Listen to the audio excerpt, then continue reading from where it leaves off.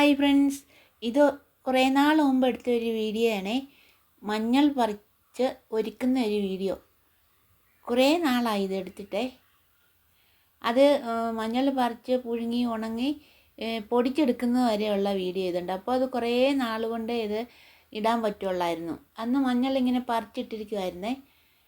അത് കഴിഞ്ഞ് അത് അതിൻ്റെ വേരെല്ലാം ഉണങ്ങിയപ്പോൾ അത് നല്ലപോലെ വേരെല്ലാം പറിച്ച് നന്നായിട്ട് ഉണങ്ങി നന്നായിട്ട് ഒരുക്കിയെടുത്തു ആദ്യമായിട്ട്.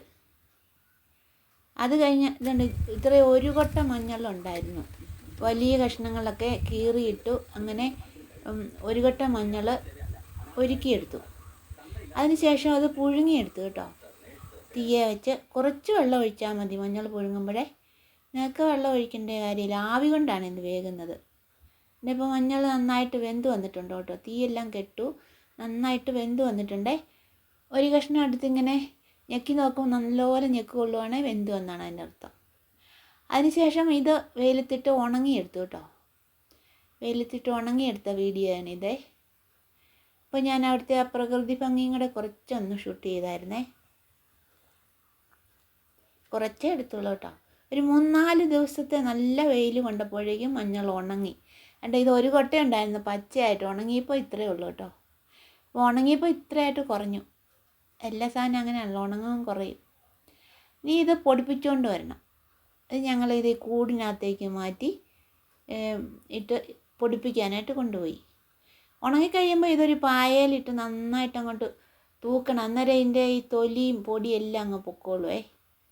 നന്നായിട്ട് വൃത്തിയായിട്ട് കിട്ടും. അപ്പോൾ നല്ല മഞ്ഞൾ പൊടിപ്പിച്ചു. ഇതേ അങ്കിൾ ഇതേ പൊടിപ്പിച്ചുകൊണ്ടും വന്നു കേട്ടോ. അങ്ങനെ ഒറിജിനൽ മഞ്ഞൾപ്പൊടി ഇത്രയും ഉണ്ടാക്കിയെടുത്തു. ഇതൊരു 2 വർഷത്തേനുള്ള മഞ്ഞൾപ്പൊടി ഉണ്ട് കേട്ടോ. 1 മാസം കൊണ്ടൊക്കെ പല തവണയായിട്ട് പിടിച്ച വീഡിയോ ആണ് ഇത് കേട്ടോ.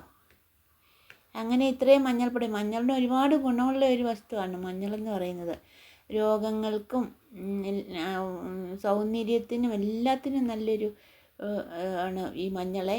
നമ്മൾ വാങ്ങിക്കുന്നതിനകത്തൊക്കെ മായമൊക്കെ ചേർന്നായി. ഇത് ശരിക്കുമുള്ള മഞ്ഞൾപ്പൊടിയാണ് കേട്ടോ. ഇത് ഞാൻ ഇതുപോലെ ഒരു കുറ്റിക്കകത്തിട്ട് വെച്ചു. ഇതൊരു 2 വർഷത്തേനുള്ള മഞ്ഞൾപ്പൊടി ഉണ്ട് കേട്ടോ. കുറേശ്ശെയല്ലേ എടുക്കുന്നുള്ളൂ. പിള്ളേരൊക്കെ വരുമ്പം കുറച്ച് കൊടുത്തും വിടാം. അങ്ങനെ മഞ്ഞൾപ്പൊടി നന്നായിട്ടൊരു കുറ്റിക്കകത്തിട്ട് അടച്ച് വെക്കുവാണേ. അപ്പോൾ ഈ പൂക്കളുടെ വീഡിയോ ഇങ്ങോട്ട് പിടിക്കാമെന്ന് കരുതി. കണ്ടോ, നല്ല പൂക്കളെ, നല്ല ഭംഗിയുണ്ട് ഈ പൂക്കൾ കാണാനായിട്ട്. ഞാൻ ഈ ചെടിക്കൊന്നും വെള്ളം ഒഴിച്ചു കൊടുക്കുമായിരുന്നേ.